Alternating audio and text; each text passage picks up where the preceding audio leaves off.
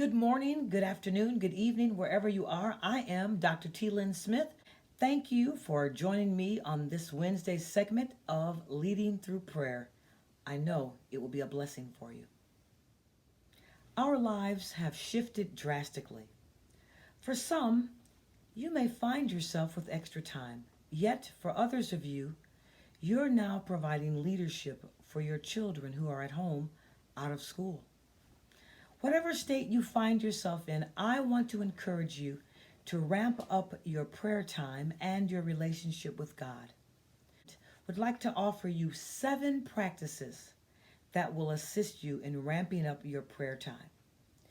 I will be sharing one practice each Wednesday for the next 7 weeks. In addition to sharing these practices, I have some reflection questions that I'd like for you to consider. These reflection questions can be shared with your family, friends, or they can be done alone. And finally, at the end of each practice, I encourage you to celebrate and then act on what you've learned. Let's begin with practice 1. The practice of preparing to meet with God, better known as intentionality. The practice of meeting with God. You know, there are many ways you could spend your time preparing to meet with God. Your meeting with God may happen indoors or outdoors, and the time of day, it may vary. I believe that the most important hour of the day is the time you spend preparing to fellowship with God. When you come to meet God, whether it is in a private setting, in a corporate worship, or in judgment at the last day, the important thing is you should be prepared. You don't come to work half-dressed, or do you go to the grocery store without having the necessary ways to pay? Instead, you prepare.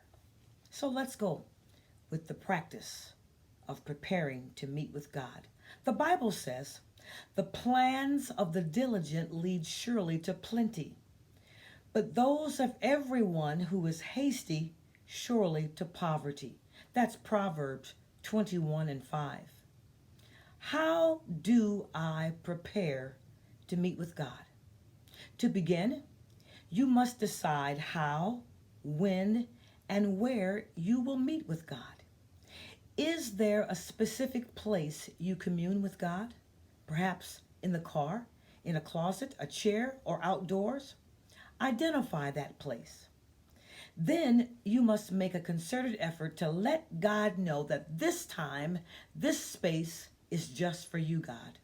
Let God know that you're ready to meet with Him. And then journal your thoughts and your feelings. Note if you require the discipline of writing in a fixed time or in a specific place. Do you prefer the freedom of carrying your journal with you so that you can write in it randomly? Or are you accustomed to putting everything in your electronic device? The main thing is to be purposeful. Observe every detail and then write it down. As you think about your intentions and your interactions with your family and your friends, you usually have a plan and a scheduled time to interact with them. We admonish you to make plans to meet with God. Put God on your schedule and identify a special place where you will meet with Him. Say with me, I am meeting with God at this moment.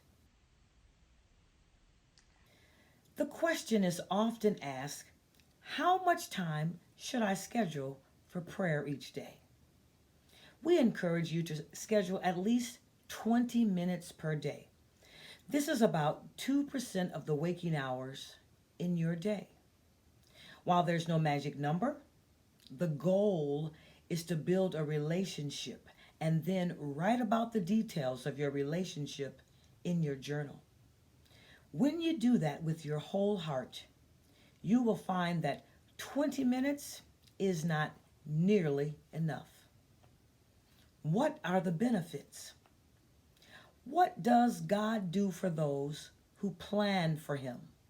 Well, the proverbist put it this way. He said, "The plans of the diligent lead surely to plenty, but those of everyone who is hasty surely to poverty." In other words, the plans of those who are diligent with their time and intent leads to profit, as surely as those who are not diligent with their plans and are hasty, that leads to poverty. So, what is the point of setting a schedule? Setting a schedule disciplines you and makes you conscious about your relationship with God. It also allows you to see how increasing your time with God moves God to action. Stop right now. Prepare to meet with God. Carve out your schedule and write the details in your journal. Then reflect, pray, and act. The first reflection question is this: what can scheduled prayer time tell you about your relationship with God? The second one is, what more can you do to deepen your dialogue with God? Then pray. Celebrate God for his friendship and for his readiness to have a daily relationship with you. Ask God to strengthen your prayer life and deepen your relationship with him. Ask God to show you what his daily plan is and how you can better use your time each day. Then thank God for his generosity in making you aware of his friendship with you. Finally, I encourage you to act. Intentionally set aside some time daily to spend with God. Do some relationship building things that will cause God to say, someone is trying to get my attention. Talk to God about your relationship and what you can do to improve the time you spend with him. And then write down the 3 most important things that you got out of the time you spent with God. I'm Dr. T. Lynn Smith, and this has been Leading Through Prayer. God bless you. Until next time.